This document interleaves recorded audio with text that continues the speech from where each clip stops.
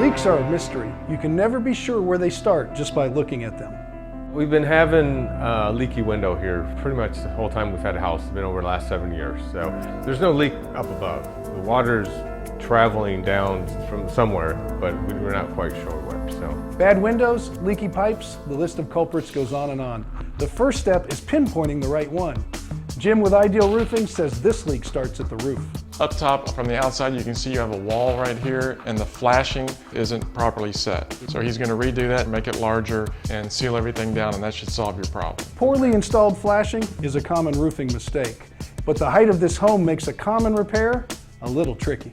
The very first piece of step flashing, which is called a kick-out flashing, just wasn't there at all. The kick-out flashing simply kicks the water away from the wall so it doesn't run behind the wall. So he's going to install the kick-out flashing properly and caulk behind it like it should have been the first time. we've had a couple large rainstorms. We didn't see any water coming through, so we're real excited. Hopefully we won't have to deal with it ever again. Mystery solved and case closed. For HomeShowRadio.com, I'm Tom Tynan.